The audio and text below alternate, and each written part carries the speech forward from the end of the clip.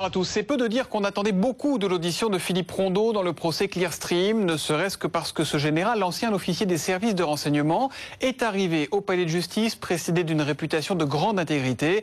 Pour dire les choses simplement, c'est le seul qui n'a pas cherché à enfumer les juges pendant l'instruction. Bonsoir Pauline Revenat, vous suivez ce procès pour nous. Alors la présence du général Rondeau devant le tribunal correctionnel permet-elle d'y voir plus clair ce soir dans le qui a fait quoi dans ce dossier ? Eh bien, pas totalement, Thomas. En tout cas, c'est une charge violente qu'il adresse à l'ancien Premier ministre Dominique de Villepin. Le général Rondeau se dresse à la barre droit comme un i. Il s'explique calmement. D'abord, il défend son travail. Il refuse l'étiquette de maître espion qu'on lui a donnée. Et il explique qu'il a agi comme un militaire.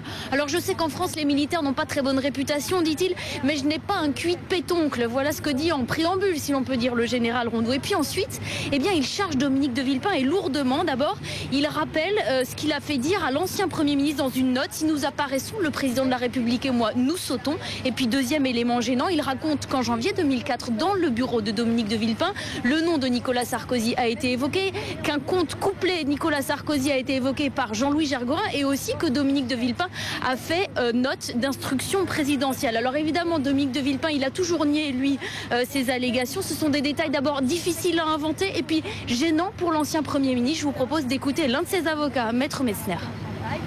Tout ça n'a aucune valeur. Le général Rondeau est quelqu'un qui a cru que Laoud avait dîné 3 fois avec Ben Laden. Et il croit donc autant quand Gergorin lui dit « ça vient de la part de Villepin ». Pas plus que cela. Alors Pauline, l'audition du général Rondeau se poursuit à l'heure qu'il est. On est entré aujourd'hui dans la 3e semaine de ce procès et on a l'impression, à vous entendre jour après jour, que c'est vraiment et ça reste du parole contre parole.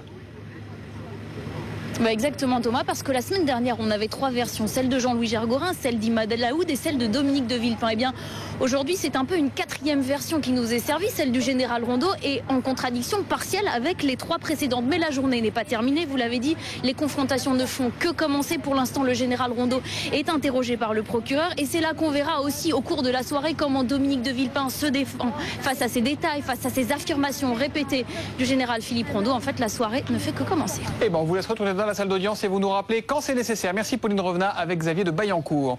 Actualité décidément chargée dans les allées du palais de justice de Paris, puisque c'est aussi aujourd'hui qu'a débuté le procès en appel de l'Erika sur le banc des prévenus.